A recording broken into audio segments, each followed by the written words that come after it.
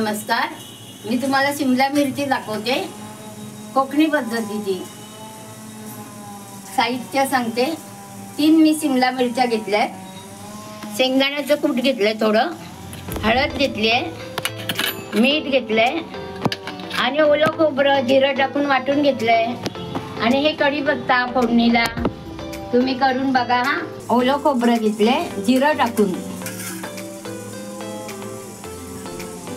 हळद घेतली, थोडी हळद फोडणीला टाकायची, हे मीठ घेतले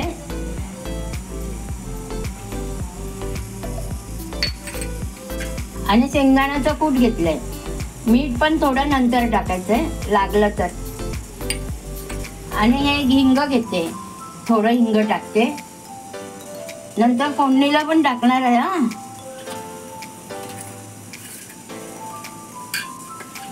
बघा किती छान होते। भाजी वगैरे नसली, हे काय 2-3 दिवस करून ठेवली ना तरी राहते। हा आता भरून दाखवते।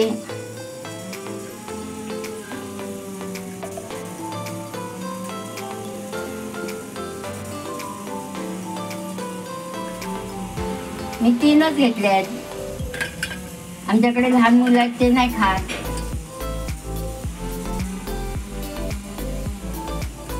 करून ठेवा, 8 दिवस जरी राहिली ना तरी राहते। चांगली पॅक डब्यात ठेवायची आणि जेवताना घ्यायची थोडी थोडी।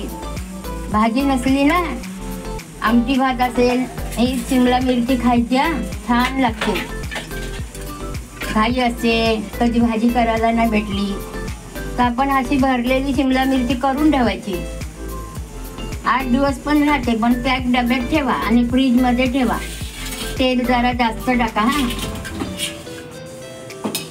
आता मी तुम्हाला हे करून दाखवते। 3 पळी मी तेल घेतले, तेल जरा जास्त पाहिजे। हा छान होते, मी जास्त घेतले तेल, तुम्ही पण घ्या। 3-4 टाकते फोडणीला,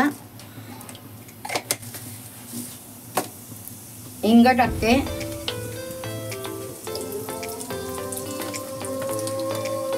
कढीपत्ता टाकते,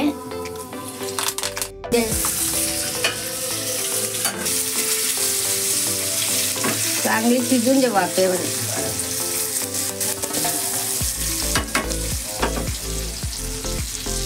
आता शिमला मिरची तयार झाली। छान झाली आहे, तुम्ही करून बघा आणि तुम्हाला आवडली ना तर कमेंट मध्ये सांगा। लाईक करा, शेअर करा, सबस्क्राईब करा। धन्यवाद।